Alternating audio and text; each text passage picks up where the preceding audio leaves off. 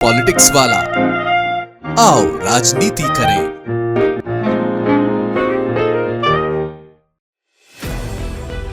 MP में civil जज परीक्षा 2022 को लेकर विवाद खड़ा हो गया है।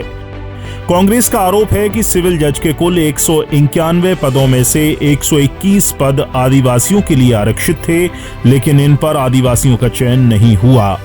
आदिवासी कांग्रेस के राष्ट्रीय अध्यक्ष और झाबुआ विधायक डॉक्टर विक्रांत भूरिया ने एमपी आदिवासी कांग्रेस के प्रदेश अध्यक्ष राजू टेकाम के साथ भोपाल प्रदेश कांग्रेस मुख्यालय में प्रेस कॉन्फ्रेंस की। भूरिया ने इस भर्ती परीक्षा को आरक्षित वर्ग के लिए दोबारा कराकर आदिवासी उम्मीदवारों को शामिल करने की मांग की।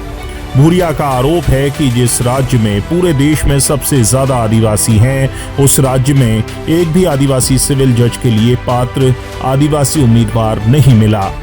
ये अपने आप में सरकार के मुंह पर बड़ा तमाचा है।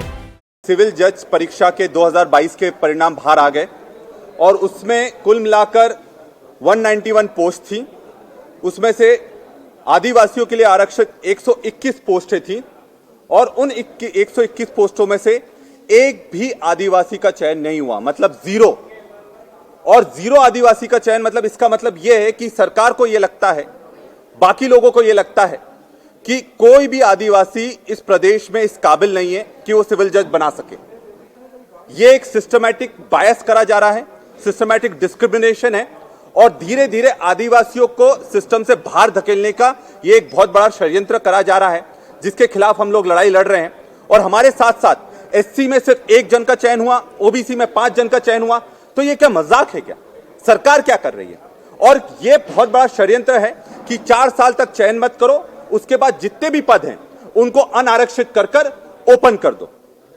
पर हम ये होने नहीं देंगे और इस लड़ाई को जहां भी लड़ना पड़े, चाहे कोर्ट में लड़ना पड़े, जमीन पर लड़ना पड़े, पूरी ताकत से हम लोग लड़ने के लिए तैयार हैं।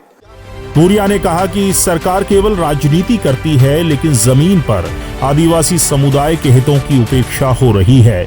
उन्होंने दावा किया कि मध्य प्रदेश की जेलों में लगभग 60% बंदी आदिवासी समुदाय से हैं। उन्होंने कहा कि ये 121 पदों की लड़ाई नहीं, बल्कि 2 करोड़ आदिवासियों की लड़ाई है। ब्यूरो रिपोर्ट, पॉलिटिक्स वाला।